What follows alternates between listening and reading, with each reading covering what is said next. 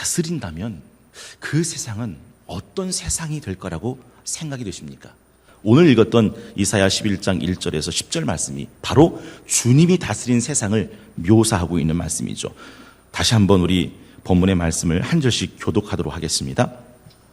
이새의 줄기에서 한 싹이 나며 그 뿌리에서 한 가지가 나서 결실할 것이요,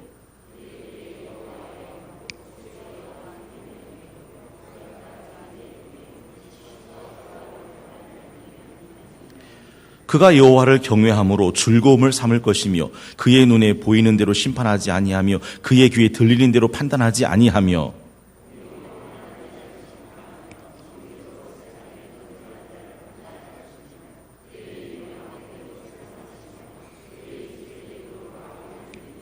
공의로 그의 허리띠를 삼으며 성실로 그의 몸에 띠를 삼으리라.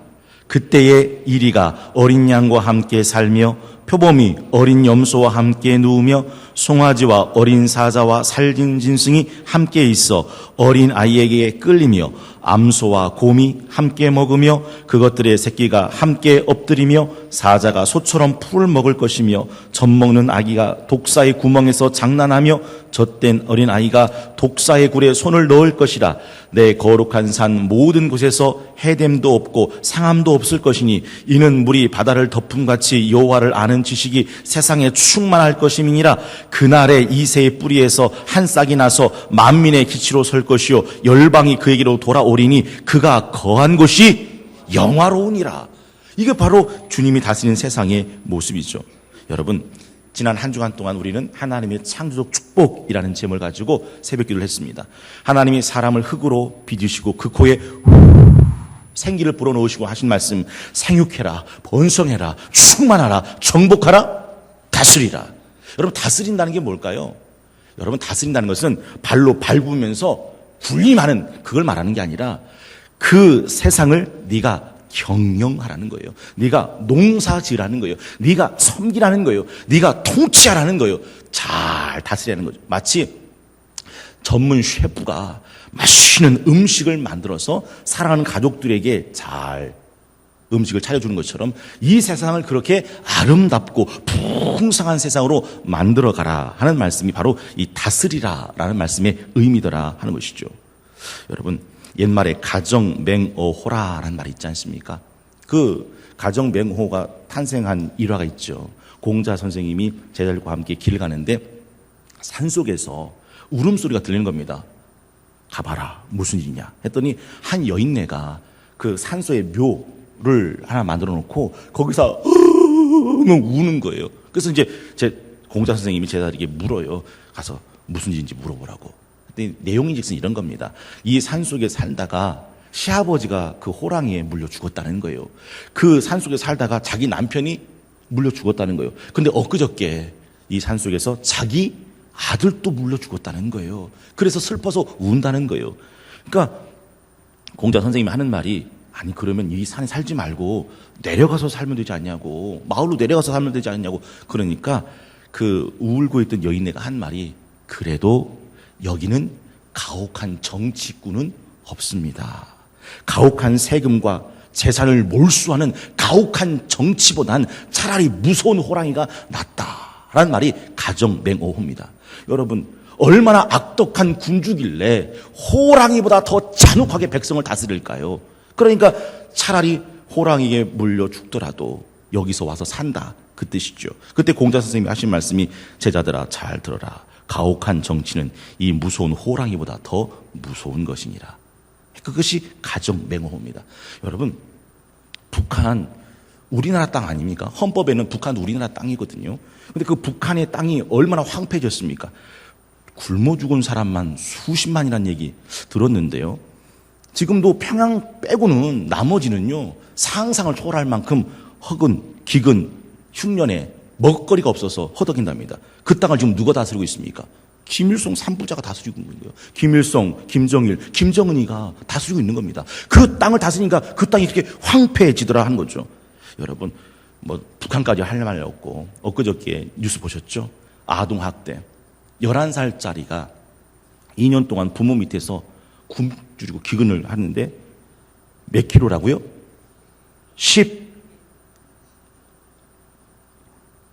몇 킬로요? 11킬로? 제가 알고 있는 건 16킬로인데 11살짜리 아이가 16킬로예요. 그럼 16킬로는 도대체 어느 정도 몸무게냐면 우리나라 아이 7살 평균 몸무게가 16kg랍니다. 7살짜리 몸무게가 16kg인데 11살짜리가 16kg인 거예요. 2년 동안 바짝 꼬라붙었더라 하는 거죠. 키가 얼마냐면 키가 120cm. 키가 120cm는 몇 살짜리 키인지 아십니까? 그게 제가 지금 무슨 말 하고 있죠? 죄송합니다. 키가 120cm인데 이 120cm 키가 7살짜리 평균 키고 몸무게가 16kg인데 11살짜리 평균 몸무게가 36kg가 정상이랍니다. 그러니 11살 됐는데 몸무게는 16kg요. 키는 120cm니 그 부모가 그 아이를 어떻게 키웠길래 그래서 아동학대 뉴스에서 한참 떠들어서 우리를 경악시키게 했습니다. 저는 이 말씀을 묵상하면서 북한도 다음이고 그분도 다음이에요. 저는 제 자신을 봤어요. 저는 성동교회에서 4년을 목회했습니다.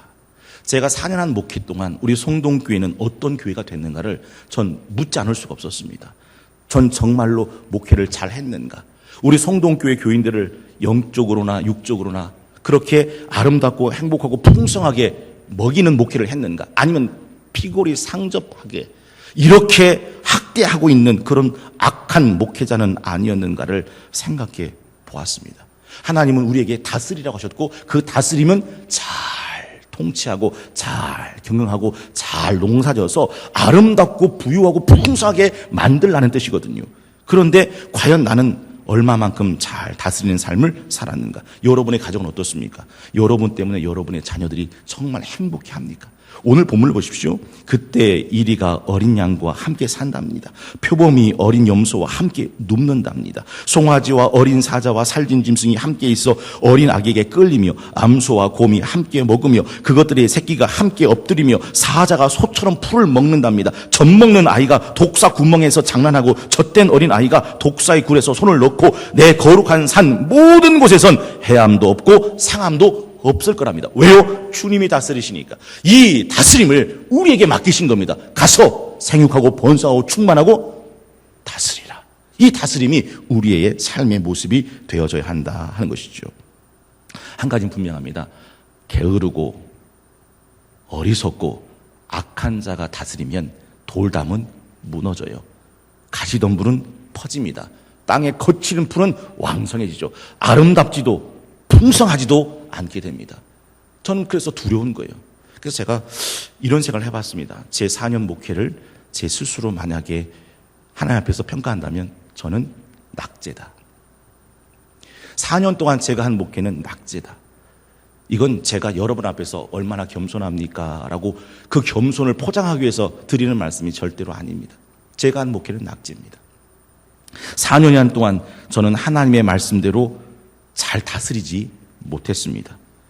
오늘 본문을 보면 주님의 몸된 교회의 모습을 성경을 통해서 찾아볼 수 있는데 그 첫 번째가 성령이 운행하시는 교회의 모습이다 하는 것이죠. 2절에 보면 그렇게 말씀하고 있지 않습니까? 2절에 그 위에 여호와의 영 곧 지혜와 총명의 영이요 모략과 재능의 영이요 지식과 여호와를 경외하는 영이 강림하시니. 교회는요 성령께서 세우신 것입니다. 따라서 교회를 운영하시는 분은 성령님이 되셔야 됩니다. 그래서 우리는 성동교회는 날마다 표를 정할 때 그 앞에 뭐를 붙입니까? 성령이요. 성령이요. 2016 표가 뭐죠? 2016 성령이요. 하나님의 약속의 땅을 향해서 전진하게 하소서. 맞아요. 성령입니다. 성령이 운행하시는 교회가 될 때 비로소 진짜 교회다운 교회의 모습이 될 수 있다 하는 것이죠. 두 번째는 여호와를 경외함으로 공의와 정직과 성실이 있는 교회입니다. 3절 4절에 계속해서 말씀하고 있습니다. 그가 여호와를 경외함으로 즐거움을 삼을 것이며 그의 눈에 보이는 대로 심판하지 아니하며 그의 귀에 들리는 대로 판단하지 아니하며 공의로 가난한 자를 심판하며 정직으로 세상의 겸손한 자를 판단할 것이며 그의 입에 막대기로 세상을 치며 그의 입술의 기운으로 악인을 죽일 것이며 공의로 그 허리띠를 삼으며 성실로 그의 몸에 띠를 삼으리라. 맞습니다. 하나님을 경외함으로 공의와 정직과 성실이 살아있는 교회. 그 교회가 바로 교회다운 교회의 모습이더라 하는 거죠. 마지막 세 번째가 샬롬이 이루어지는 교회입니다. 아까 읽어드렸죠? 6절부터 9절 말씀. 우리 다시 한번 읽어볼까요? 우리 교회가 이런 샬롬이 이루어지는 교회가 되어지기를 소망하는 마음으로 6절에서 9절 말씀을 함께 합독합니다. 시작. 그때 이리가 어린 양과 함께 살며 표범이 어린 염소와 함께 누우며 송아지와 어린 사자와 살진 짐승이 함께 있어 어린아이에게 끌리며 암소와 곰이 함께 먹으며 그것들의 새끼가 함께 엎드리며 사자가 소처럼 풀을 먹을 것이며 젖 먹는 아이가 독사의 구멍에서 장난하며 젖된 어린아이가 독사의 굴에 손을 넣을 것이라. 내 거룩한 산 모든 곳에서 해됨도 없고 상함도 없을 것이니 이는 물이 바다를 덮음같이 여호와를 아는 지식이 세상에 충만할 것임이니라. 여러분, 이 말을 딱 한마디로 말하면 뭡니까? 이게 샬롬입니다. 샬롬이 뭐죠? 하나님의 평화, 하나님의 평안, 하나님의 평강이 이루어지는 모습이더라 하는 것이죠. 여러분들은 우리 성동교회가 어떤 교회가 되길 원하십니까? 저는요, 마틴 루터 킹 목사님이 꿈꿨던 그런 교회가 됐으면 좋겠어요. 마틴 루터 킹 목사님은 흑인 차별이 팽배했던 미국 한복판에서 I have a dream 이라고 외치면서 나는 꿈을 꿉니다. 지금은 백인, 흑인 차별이 있지만 그때는 백인의 자식과 흑인의 자식이 함께 상에서 먹고 마시며, 지금은 피부 색깔로 사람을 나누지만 그때는 피부 색깔이 전혀 문제가 되지 않는 그 꿈을 꾼다고 I have a dream이라는 연설을 통해서 마틴 루터 킹 목사님은 외치고 또 외쳤습니다. 여러분, 우리 교회 차별이 있나요? 기존 신자하고 새가족하고 보이지 않는 벽이 있나요? 저는 그 보이지 않는 벽이 허물어지는 꿈을 꿉니다. 우리 교회가 그런 교회가 되어줘. 그것이 샬롬이기 때문입니다. 우리 교회에 원망이 있습니까? 정죄가 있습니까? 모함이 있습니까? 음모가 있습니까? 뒷담화 있습니까? 수군덕거림이 있습니까? 파당이 있습니까? 분쟁이 있습니까? 갈등이 있습니까? 반목이 있습니까? 이런 것들이 다 사라지는, 맞아요, 사자와 어린 양이 함께 뒹구는 그런 교회가 되실 수 있기를 주의 이름으로 축원합니다.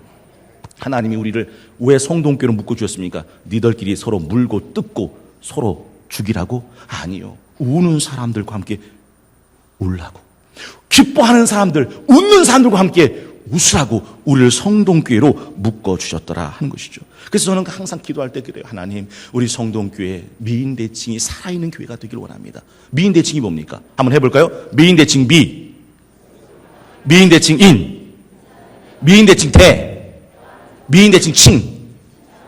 여러분, 그것이 샬롬이 이루어지는 거죠. 그것이 샬롬이 이루어지는 거죠. 주님이 다스리는 교회가 된다는 거죠. 어떤 분이 저한테 찾아왔습니다. 새 가족이에요. 목사님, 그만 다닐랍니다. 뭐 내용인즉슨 여러 가지가 있겠죠. 그래서 그 중에 하나가 뭔지 아십니까? 인사를 했답니다. 그분한테.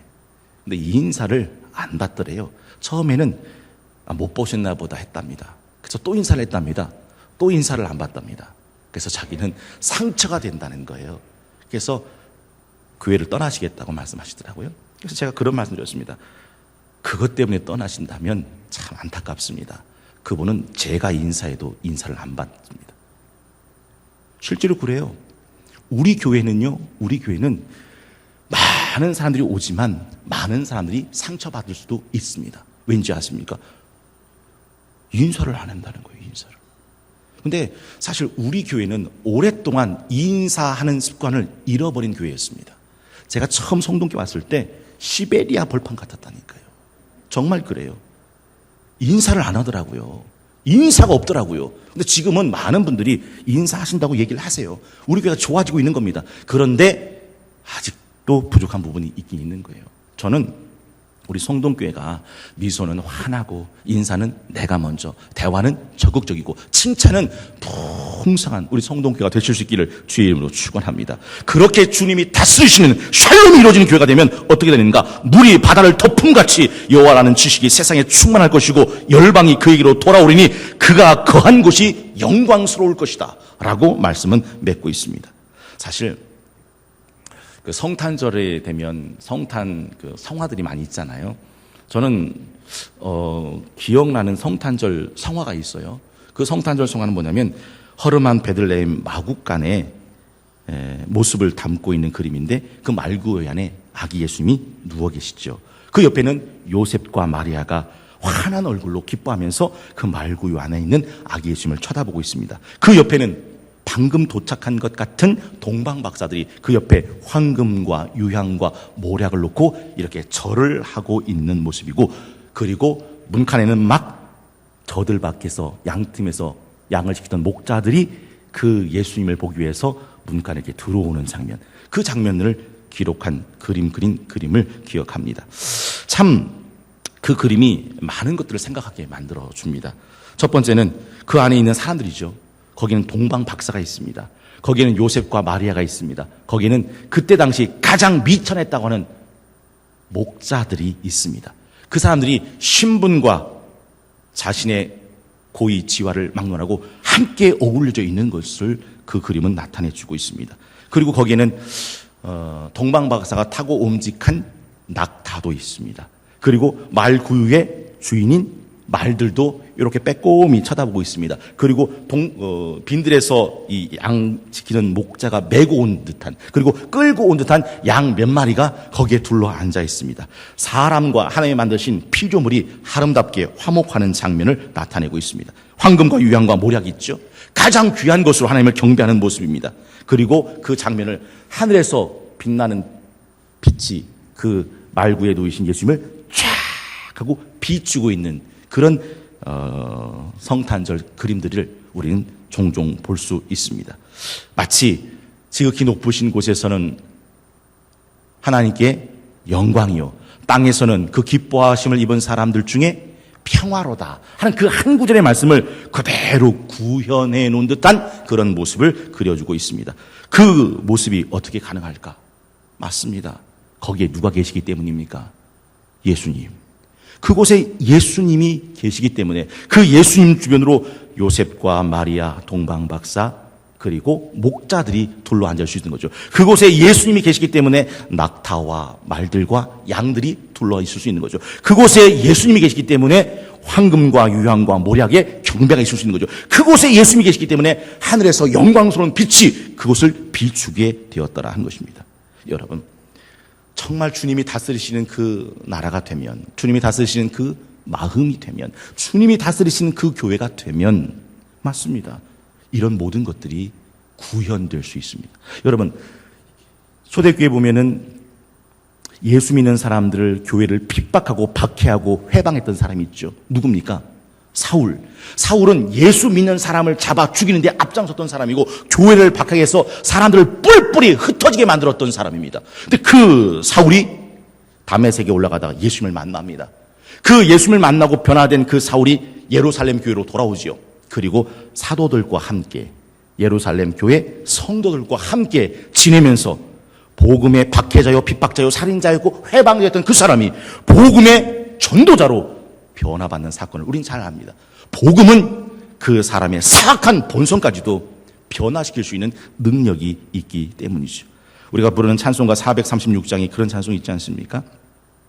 나 이제 주님의 새 생명 얻은 몸, 옛것은 지나고 새 사람이로다. 그 생명 내 맘에 강같이 흐르고 그 사랑 내게서 해같이 빛난다. 주 안에 감추인 새 생명 얻으니 이전에 좋던 것 이제는 값없다. 하늘의 은혜와 평화를 맛보니 찬송과 기도로 주 함께 살리라.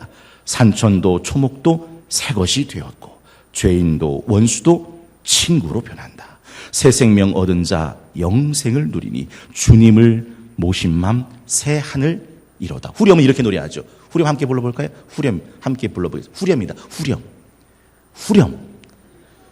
영생을 누리며 주 안에 살리라. 오늘 또 내일 또 주 함께 살리라. 여러분, 저는 우리 성동교회가 주님이 다스리시는 성동교회가 되실 수 있기를 주의 이름으로 축원합니다. 그러면 우리 교회 안에서 이 아름다운 성령의 운행하심이, 그렇습니다, 하나님을 경외함으로 공의와 정직과 성실함이, 그리고 누구도 상상할 수 없었던 하나님의 샬롬이 우리 성동교회 가운데 이루어지게 된다 하는 것이죠. 그런데 우리가 이것을 소망하면서 한 가지 꼭 기억해야 될 것이 있습니다. 예수님께서는 그 세상을 우리 보고 만들라고 하십니다. 기억나십니까? 예수님께서 갈릴리 바다에 고기 잡던 베드로를 찾아오시죠.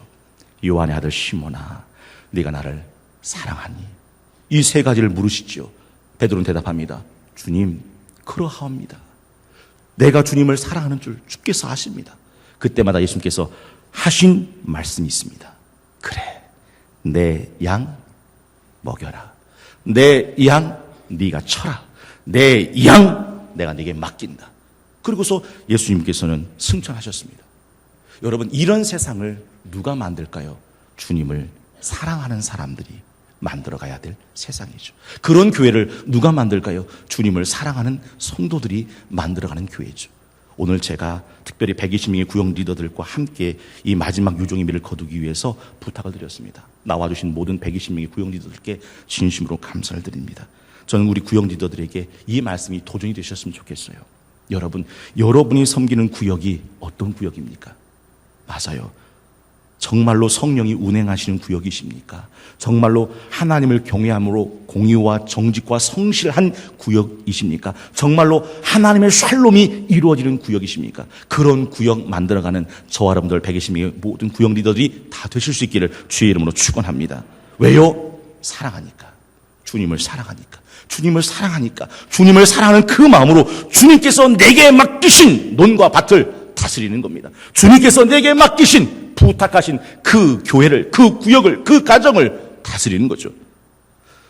어느 선교사님이 평생 품었던 시 한 편을 마지막으로 읽어드리고 오늘 말씀을 마치겠습니다. 제목은 나는 소처럼 살고 싶습니다. 나는 순박하디 순박한 소처럼 살고 싶습니다. 영악하지 못하나 주인의 음성을 아는 소처럼 살고 싶습니다. 내 곱비는 주인의 손에 잡히고 내 몸에는 쟁기의 굴레가 씌워져도 주인께서 인도하는 대로 묵묵히 따라가는 소처럼 그렇게 살고 싶습니다. 말처럼 달리지 못해 더딜지라도 사람들의 탄성 자아내는 사자 같은 수려한 갈기는 없을지라도 투벅투벅 쉬지 않고 밭을 가는 소처럼 그렇게 살고 싶습니다. 황금밭은 아닐지라도 나의 일굼이 내 주인의 밭을 옥토로 만들 수 있다면 나는 한 마리 소가 되어 그렇게 쓰임받는 일꾼이 되고 싶습니다. 사랑하는 성도 계신 여러분, 오늘은 하나님의 창조적 축복 다스리라 라는 제목을 가지고 주님이 다스리는 세상이라는 제목을 가지고 세 가지 영적인 교훈을 함께 나눴습니다. 어떤 세상이 주님이 다스리는 세상일까요? 성령 충만한. 어떤 세상이 주님이 다스리는 교회일까요? 여호와를 경외함으로 공의와 정직과 성실이 살아있는. 어떤 교회가 하나님이 다스리는 교회일까요? 샬롬. 모든 관계가 회복되고 생명과 안전과 평화가 깃드는 교회. 저와 여러분들이 그런 교회 만들어가는 하나님의 일꾼으로 발견되는 2016년이 되실 수 있기를 주님의 이름으로 축원합니다. 그때 어떤 일이 일어나는지 아십니까? 새벽 이슬 같은 주의 백성들이 몰려오기 시작하죠. 그때 어떤 일이 일어나는지 아십니까? 주님의 다스리는 주의 몸된 교회는 부흥하게 되는 거죠. 그때 어떤 일이 일어나는지 아십니까? 날마다 구원받는 백성의 수가 더해져가는 기적이 일어나게 된다 하는 것이죠. 바라기는 2016년이 우리 성동교회 가운데 저와 여러분들을 통하여 그렇게 주님이 다스리시는 교회로 아름답게 성장하는 2016년이 되실 수 있기를 주의 이름으로 축원합니다.